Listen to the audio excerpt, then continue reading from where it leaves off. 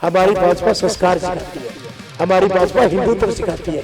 हिंदुस्तान में यदि हिंदुत्व की बात नहीं करेंगे तो किसकी बात करेंगे? मुगलों की बात करेंगे।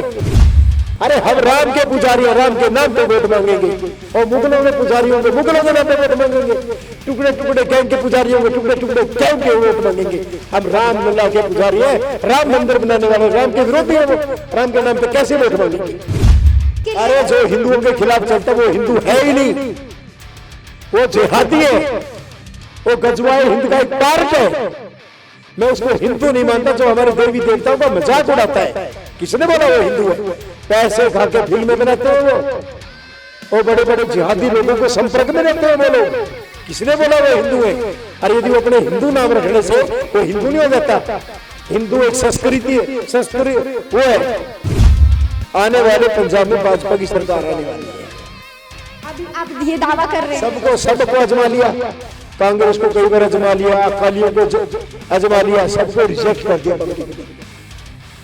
अब ये झाड़ू वाला आया था, है सर, चल रहा है अभी भगवत मान की सरकार आया था ना, अरे अभी भी है। तो क्या लोग संतुष्ट हैं? क्या लोग क्या क्या बोलते हैं आपको पता है ना? 3 महीने में नशा खत्म करने वाले मिले हैं क्या? मोदी जी काम करते हैं, वो भी इनको अच्छा नहीं लगता। अरे घूमेंगे फिरेंगे, काम करेंगे, व्यापार करेंगे, आदान प्रदान होगा तभी तो देश आगे बढ़ेगा। मनमोहन सिंह की तरह कुंडली मारकर घर बैठ जाए। नमस्कार, प्राइम उदय देख रहे सभी दर्शकों का बहुत बहुत स्वागत है। मैं निधि झा।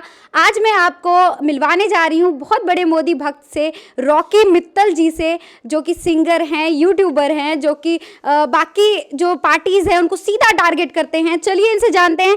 सबसे पहला सवाल सर मेरा आपसे यही रहेगा कि आपकी जो सोशल मीडिया पोस्ट है काफ़ी चर्चे में रहती है, ये गजवाए हिंद आपने कुछ दिन पहले ही पोस्ट किया था। सर क्या होता है ये गजवाए हिंद, क्या इसका मतलब? आम जनता को गजवाए हिंद के बारे में नहीं पता। गजवाए हिंद कहने के लिए एक छोटा सा शब्द है, लेकिन इसका मीनिंग बहुत बड़ा है। खासकर हिंदुस्तान के हिंदुओं को, सिख भाइयों को, जितनी भी यहां पे कास्ट रहती है, जितने धर्म रहते हैं, उनको समझना चाहिए। गजवाए हिंद का मतलब है कि 2050 से पहले पहले हिंदुस्तान को इस्लामिक कंट्री बनाना, जिसमें लव जिहाद, लैंड जिहाद, फिल्मी जिहाद और जो मान लो धर्म परिवर्तन करवाना, मार काट करना, और यदि ऐसा लोग जो नहीं करें उनको मार दो, धर्म परिवर्तन कराओ, और चल भी रहा है। लेकिन ये जब बना था तो ये कांग्रेस राज में बना था, लेकिन ये लोग भूल गए कि आने वाले टाइम के अंदर राज मोदी जी का भी आएगा, योगी जी का भी आएगा। उसके बाद ये पजल हो गई कि अब क्या होगा, और उसी का नतीजा है कि आज बुलडोजर भी चल रहे हैं, और जो लव जिहाद करने वाले लड़कियों को बहलाकर फुसलाकर, अपना नाम बदलकर हिंदू लड़कियों को बहला फुसलाकर ले जाते हैं, शादी करते हैं, फिर उसका धर्म परिवर्तन करते हैं। उनके टारगेट पे ये है कि 2050 से पहले पहले उनकी जनसंख्या 10-20% रखनी है। जैसे पाकिस्तान में 15% के आसपास हिंदू थे जब 1947 में अलग हुआ, आज मात्र 1.5% है। एक एक करके खत्म होते चले गए, खत्म करते चले गए। अब उसके बाद फिल्मी जिहाद, ये एक इनका नया जिहाद है। आमिर खान जैसे, मैं कहता हूं ये हीरो नहीं है, जीरो है। ये कई खान बंधु है, किसी को बाहर से डर लगता है। ये हमेशा हिंदू देवी देवताओं के खिलाफ ही फिल्में बनाते हैं। अच्छा, बीजेपी, मेरी बात सुनो, पहले बात सुनो। हिंदू देवी देवताओं के बारे में ही फिल्म बनाते हैं। मैं आमिर खान से कहना चाहूंगा कि वह हलाला के बारे में फिल्म बनाए, 3 तलाक के ऊपर फिल्म बनाए, बुर्का के ऊपर फिल्म बनाए, और लोगों को गजवाए हिंद के बारे में बताए। पूरा हिंदुस्तान उसकी फिल्म देखेगा। आज यदि वो गड़बड़ करेंगे, उनका बायकाट भी करेंगे और उन पे जूते भी पड़ेंगे। आने वाले टाइम के अंदर वो अब हिंदू नहीं रहा कि शांति शांति शांति, बहुत हो गई शांति। कभी भी फिल्मों में देख लेना, मंदिर में जाएंगे तो बलात्कार हो जाएगा, कॉमेडी होगी, गलत काम होंगे, मस्जिद के अंदर सारी दुआ कबूल हो जाएंगी। क्या बात, शंकर भोले को कभी बाथरूम में बंद कर देते हैं, कभी देवी देवताओं का मजाक उड़ाते हैं। ये वो पागलपन नहीं चलेगा। अब आज का हिंदू जाग गया है। अब देखा ना अब क्या हाल कर दिया इन खानों का। वो हालात पैदा कर देंगे कि पाकिस्तान भागने पे मजबूर हो जाएंगे। ये क्यों मुस्लिमों को ही टारगेट क्यों बनाया जा रहा है बीजेपी की तरफ से, जो हिंदुस्तान में रह रहे हैं, चाहे वो हिंदू है मुस्लिम? वाह, कभी आप लोगों ने जब कांग्रेस का राज था तो बोलते थे कि हिंदुओं को क्यों टारगेट किया जाता है? वही डॉक्टर मनमोहन सिंह जी ने बोला था कि भारत की हर चीज के ऊपर पहला हक मुसलमानों का, 80% हिंदू को आ जाएंगे। अरे कांवड़ यात्रा नहीं निकलने देना चाहते थे, ये कांवड़ यात्रा बंद कर देते थे। मां दुर्गा की जब शोभा यात्रा निकलती थी बंद कर देते थे, गणेश उत्सव होता था बंद कर देते थे। हिंदू कोई अपना तीज त्योहार नहीं मनाते थे, डर के साए के अंदर रहते थे। डेली धर्म परिवर्तन होता था। और यूपी जैसों के अंदर तो हर जगह इनका प्री प्लान्ड एक गुंडा होता था। आज कहां चले गए? 80% हिंदुओं को उस टाइम इतना खतरा था कि 20% के ऊपर सरकारें चलती हैं। आज भी भाजपा को छोड़ के एक पार्टी का नाम बताओ जो हिंदू तब की बात करती है। अच्छा, अरे 50 पार्टी है जो सारी गैर हिंदू की बात करती है, हिंदू की बात कौन करेगा? अब फिर ये बेशरम आदमी बोलेंगे तुम तो राम के नाम पे वोट मांगते हो। बोलते कि नहीं बोलते? बोलते हैं ना। अरे हम राम के पुजारी हैं, राम के नाम पे वोट मांगेंगे। और मुगलों के पुजारी होंगे, मुगलों के नाम पे वोट मांगेंगे। टुकड़े टुकड़े गैंग के पुजारी होंगे, टुकड़े टुकड़े गैंग पे वोट मांगेंगे।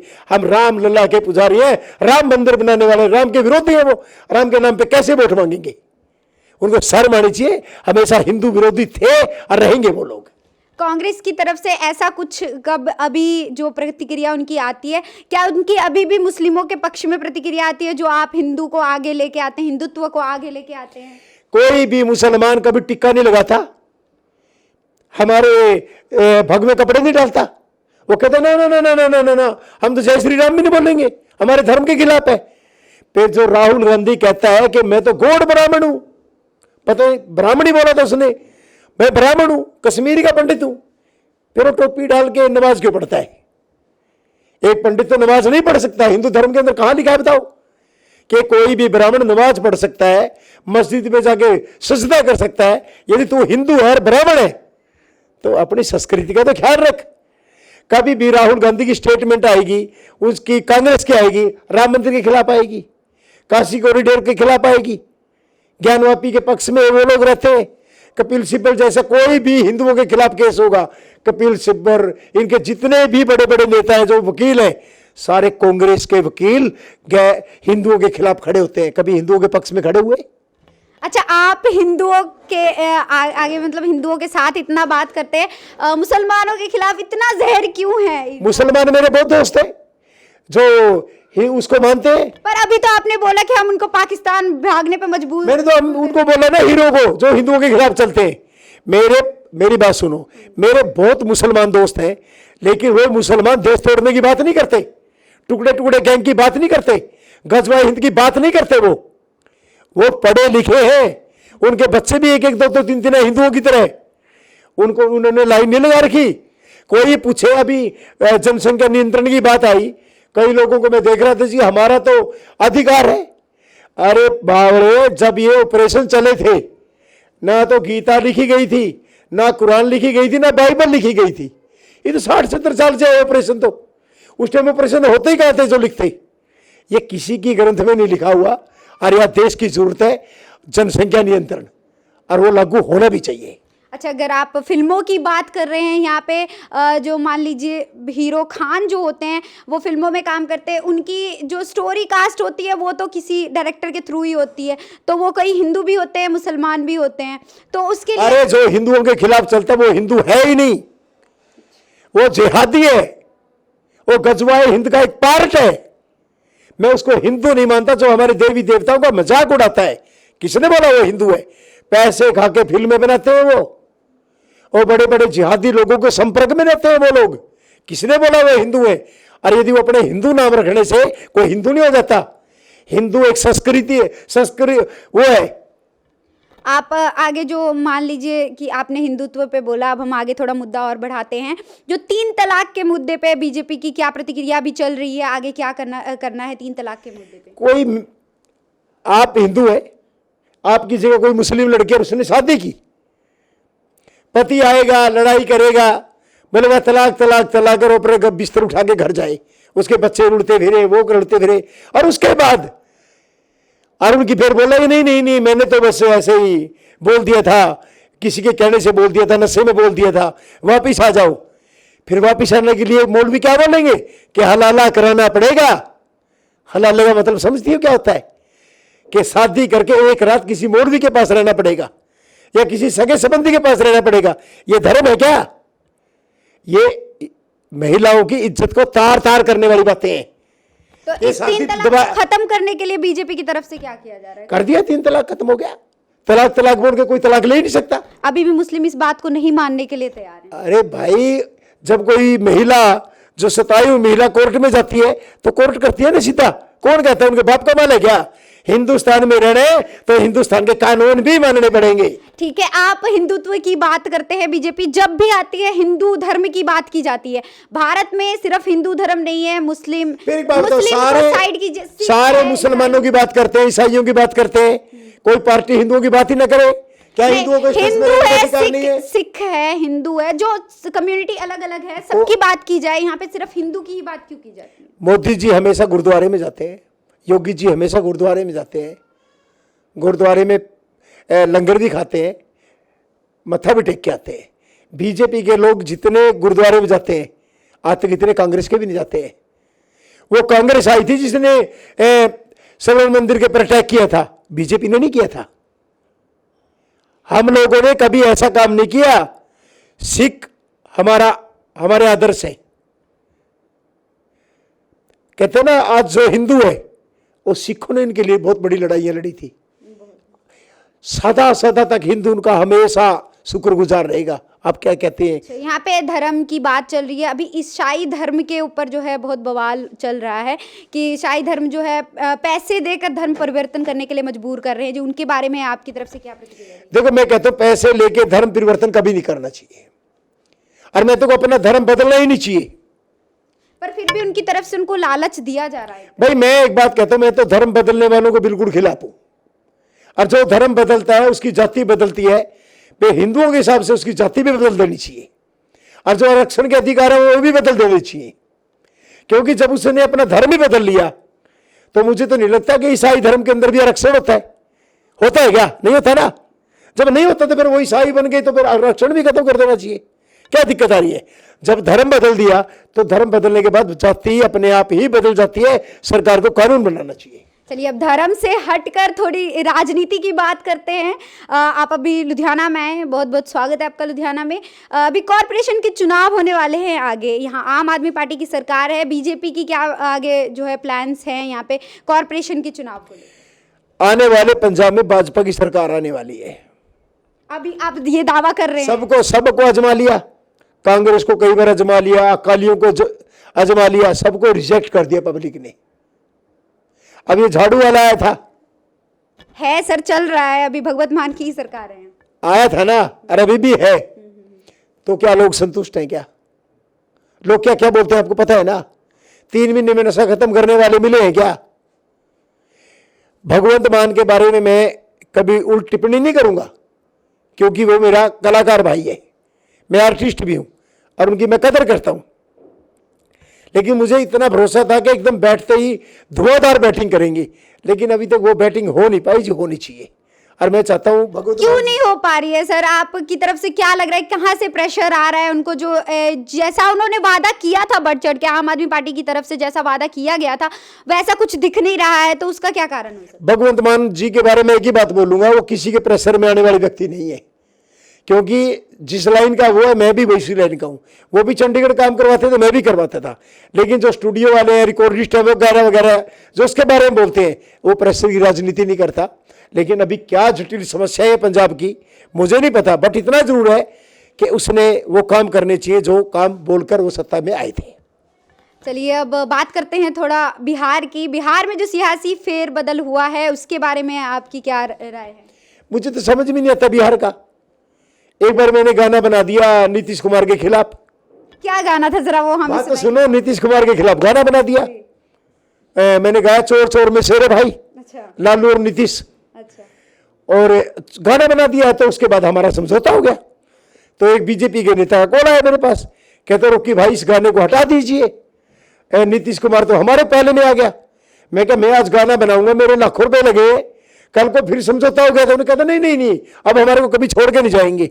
मैंने वो गाना डिलीट नहीं किया, वो समझौता फिर टूट गया। मैंने उस नेता को फोन किया, मैं कि तुम तो कह रहे थे अब हमारे पाले में से कभी जाएगा नहीं। अबे गिरगिट, ऐसा हो सकता है कि रंग न पलटे? नीतीश कुमार तो हमेशा सत्ता का खिलाड़ी है, सत्ता के साथ रहने वाला है। उसको कोई फिर बरगला देगा, फिर बोलेगा नहीं ये तो हिंदूवादी पार्टी है।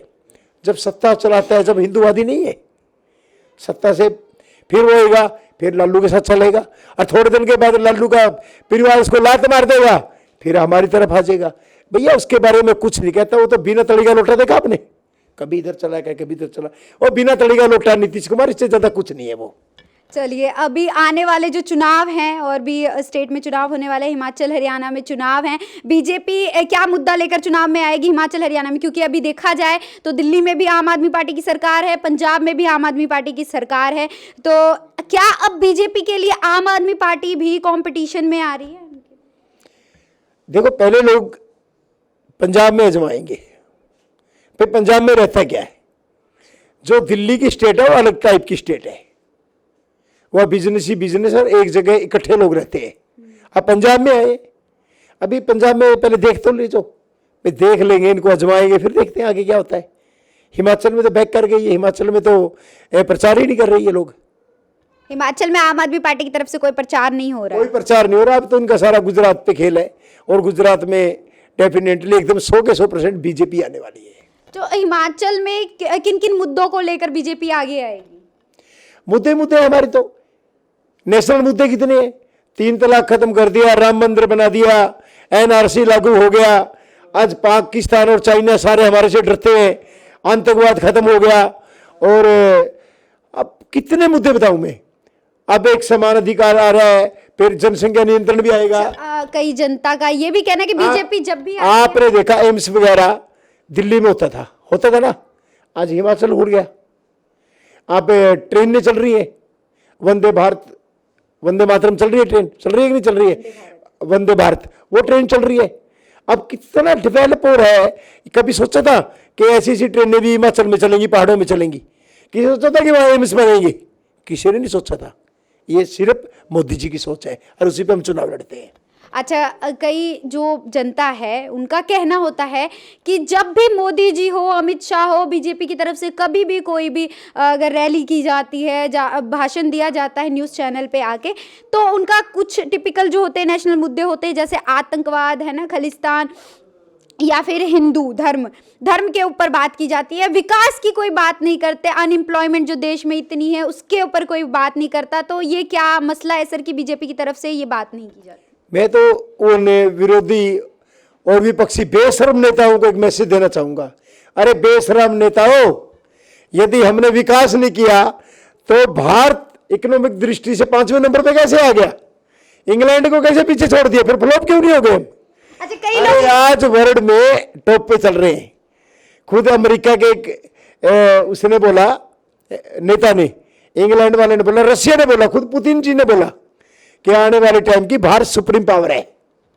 भारत मतलब जो कई लोग होते हैं जनता के हवाले से, कई लोगों का ये कहना है कि मोदी जी तो बस यात्रा करते रहते हैं, कुछ काम नहीं करते, अनएम्प्लॉयमेंट देश में इतना। अरे हम खाली बैठ जाएंगे मनमोहन जी की तरह? लोग तो ये कहते हैं कि भाई ये तो खाली बैठा काम ही नहीं करता। मोदी जी काम करते हैं, वो भी इनको अच्छा नहीं लगता।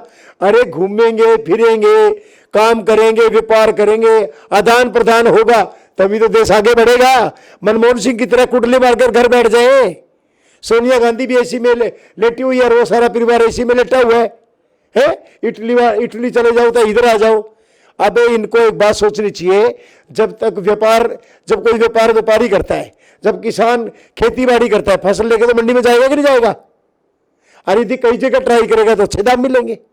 मोदी जी पूरे देश में, दुनिया में घूमेंगे, तभी तो पूरी दुनिया के अंदर संपर्क बनेंगे, तभी तो दोस्ताना संबंध बनेंगे, तभी तो हमारा व्यापार फैलेगा, तभी तो हम सुप्रीम पावर बनेंगे। और वो दिन दूर नहीं है आपके सामने। 29 के चुनाव आते आते तो हम चाइना को भी पीछे कर देंगे। चलिए, अभी जो आने वाले चुनाव होंगे प्रधानमंत्री के पद के लिए, क्या अब राहुल गांधी टक्कर दे पाएंगे मोदी जी को कांग्रेस की तरफ से? आपको लगता है?